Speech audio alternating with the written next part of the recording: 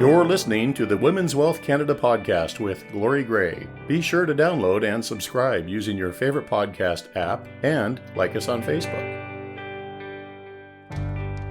Are you going through a life transition and need to find a wealth advisor to manage your investments? You don't have to feel discouraged wondering how to find the right one.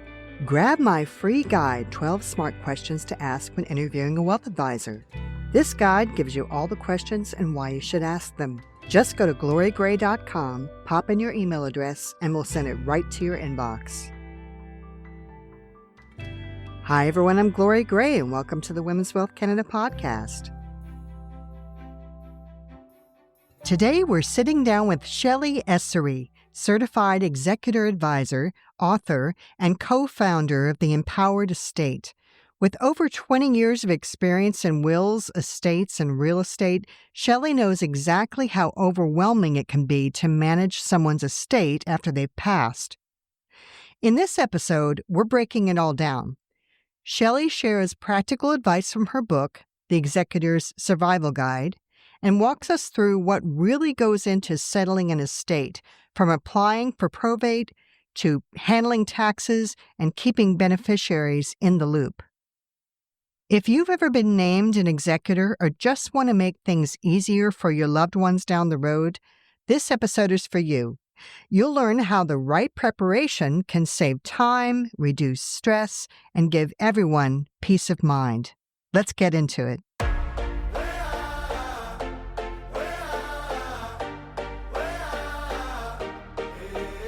So, Shelley, what sparked you to write the Executor's Survival Guide?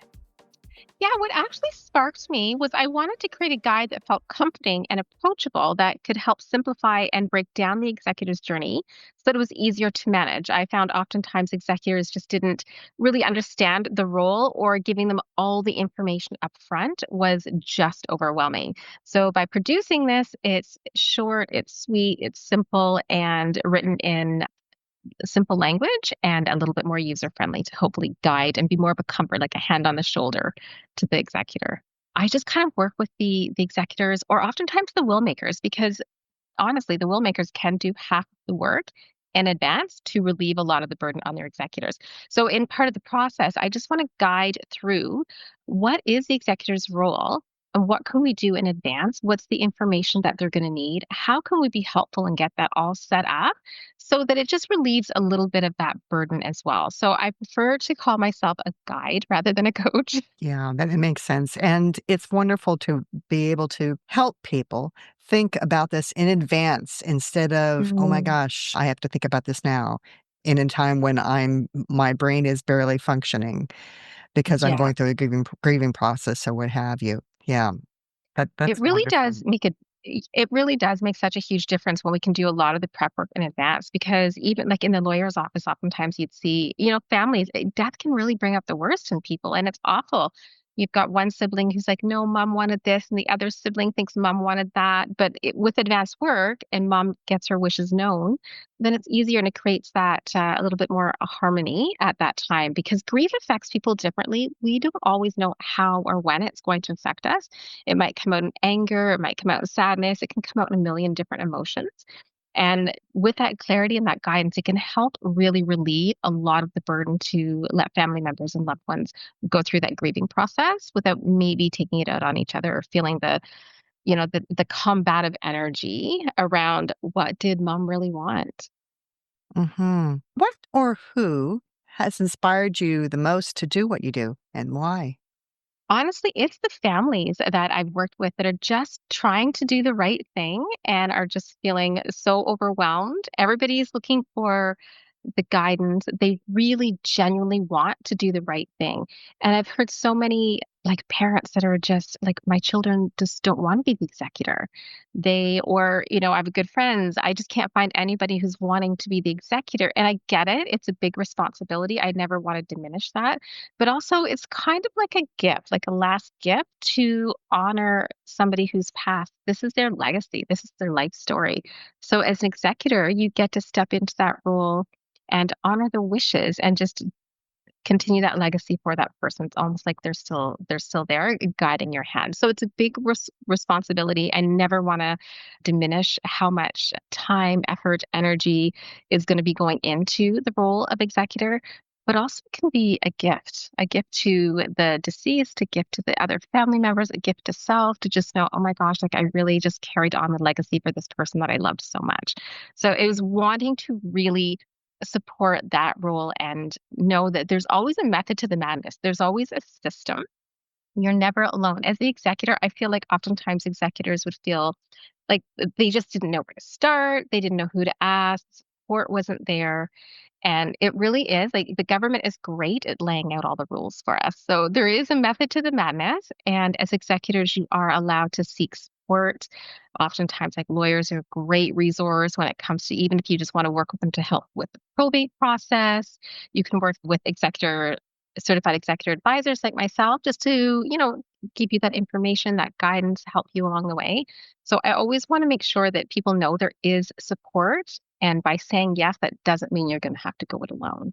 As you said, it's a gift that they're giving us, but we also need to go in pretty clear-eyed into as the role of the executor. So what is the role of the executor? What are we getting ourselves into? A lot, actually. So it's true. And again, I know I really don't ever want to minimize it, but essentially, your executor is responsible for the carrying out the final wishes, managing all the paperwork, gathering the assets, paying out the debts, distributing what's left to the beneficiaries, and all those tasks they have to apply for probate. They're also need to be great at communication because they're the one that's going to be communicating with the beneficiaries, the banks, the financial people, insurance companies. So you do want to make sure that the person, first and foremost, is trustworthy, that's going to be able to administer your estate, also have some good communication skills that they're able to handle that, and also be able to maybe have some tact or some grace with people that are in this grieving process as well. So it's a big role, but if it's broken down into steps and you're guided through it, it doesn't have to be as overwhelming. And in my role as legal administration, that was sort of how I approached it when somebody would come into the law firm and they were the executor for the estate. It was really just a case of, okay, like this is where we're starting. This is just what I need from you right now, but this is what you need to be looking forward to. Here's next step. So it was just kind of holding their hand and guiding them through at a pace where I wasn't downloading everything and just saying, okay, I need it all right now. Because the truth is I don't need it all right now. But this is the first steps. This is what we want to focus on right now. Once you have that together, then we're going to talk and move on to the next phase. Okay, so they don't have to feel overwhelmed when they're working with you. Things will be given to them in the proper order when it's needed. Exactly, exactly. And oftentimes, most executors are working with lawyers, at least for the probate process. So that's really tremendously helpful because the lawyers know exactly what needs to be done. They know how to fill out the forms. They know what information has to happen. And so they're a really great resource for that executor to rely on that important piece of the puzzle. You mentioned probate, and I know that also our executors need to take care of the tax returns of the deceased as well. But what is probate?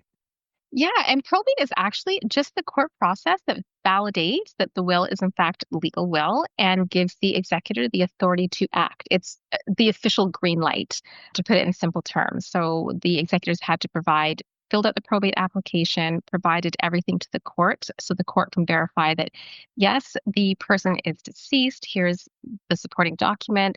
Yes, this is the original last will and testament. It's signed. This is their wishes. And this is the executor accepting the role officially. And signed, sealed, and delivered.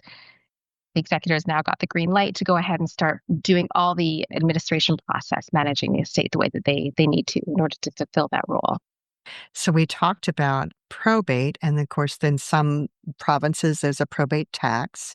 Is there anything you want to add about that particular one? Because I think people get confused between probate tax and income tax. Yes, they're two completely different taxes. So the probate tax is payable when you apply for probate to the courts, and that's a percentage of the value of the estate. The income tax is the traditional income tax that's essentially paid to the government. The CRAs come in knocking on your door. And it's really important in that for the executor to note that the probate fees are completely separate. Both fees are payable by the estate. But when it comes to the income tax, sometimes there are several different income tax filings that can also be done that might help with that as well. So again, that might be another place where an executor might want to get some professional support. And also, I really, really recommend getting that clearance certificate once all the taxes have been filed, paid, any penalty. It's really important that they get that clearance certificate, which is essentially something from CRA saying, yes, the taxes have been paid. You are now clear to go ahead and pay out the residue of that estate. That can really avoid any bad surprises down the pike for sure. Oh, 100%. It's like a little bit of butt coverage for the executor. Yeah, yeah, Otherwise, I mean, absolutely. the if not without that, and it's later determined that there are actually taxes owing that didn't get paid out, the executor's now closed out the estate, the executor would be on the hook to pay those taxes for not assuring it was done at that time. So it really is a really key important thing to get is that clearance certificate. You just want the government to sign off. Well, that brings me to another question then. As an executor, am I personally liable for paying the debts of the deceased? Generally, no. And that is actually one of the biggest questions that I always get as well.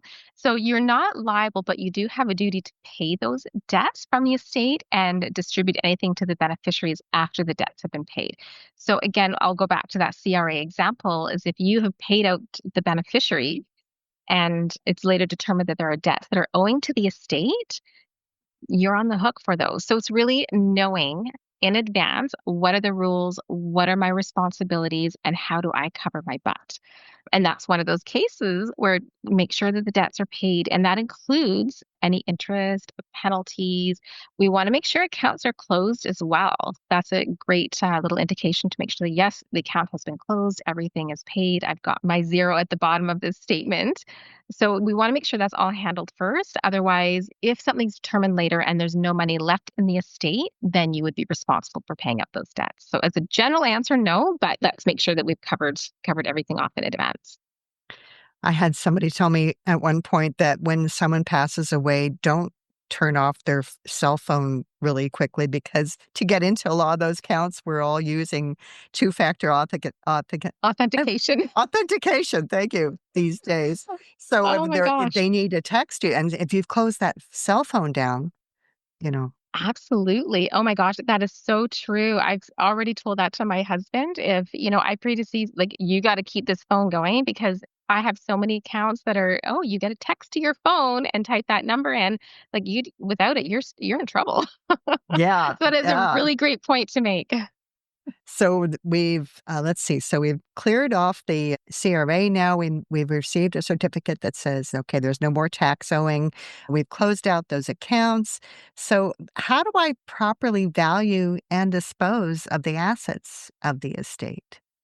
Yeah, so actually valuing the assets of the estate is a step that's going to happen before you apply to probate because the government wants to know what is the value of that estate. So in order to properly value, oftentimes like if there's property involved, we like to apply the rule of three. So maybe get three real estate agents in to get an approval. If there's paintings, jewelry, anything like that, you might need to get a professional in to verify the amount of that as well. So it's really important before you even apply to probate that you've actually determined the actual value of all of those assets. And same with the debts. You're going to want to reach out to all of the debt holders and get the valuations of those debts. And when you're looking at the debts, it's important to also check to see if any of them have life insurance. A lot of debts, a lot of people will have insurance on their debts, which means that that's covered and you aren't responsible for paying it, but you are responsible for making sure that the steps are happening with the debt holder to make sure that it is actually paid and closed as well. So that's all part of the probate process. Once you have the probate and you've actually determined all the value of all the assets and the debts, you've paid everything out, you've got your clearance certificate. Typically what you'll do is you'll do like a final statement of accounts, which will show the value of all the assets, what you sold them for. You're going to want to make sure to get fair market value. What's really important to remember as an executor is you are acting for the benefit of those beneficiaries. So any asset you sell, you want to make sure that you're selling it for fair market value. You're not underselling it or selling it to yourself for some kind of like a really low amount. These are really important things to remember. So as long as you're cashing them in and selling all of those assets for an amount that maximizes the value of the asset for the benefit of the beneficiaries, you're covered typically. So once you've got all of the assets and the debts are paid, then you'll want to do a final account, which will include any professional fees, yeah, lawyers, accountants, any of those. If you're taking executor fees, which you are entitled to, make sure to include that in. I would recommend sending that to the beneficiaries, the residual beneficiaries, that is sending all of that out. It's a full statement, really, a full accounting. Get them to sign off on it, to get them to release and indemnify the executor that, yes, we agree, these accounts look good, this all makes sense, and that's the amount I'm expected to receive. That's great. And then once you've got that back, you can just finalize paying out all those professional fees, paying out the beneficiaries. Once everything has then cleared the bank account, then you can close that estate bank account and your job is essentially done. Wow, that's really, really helpful.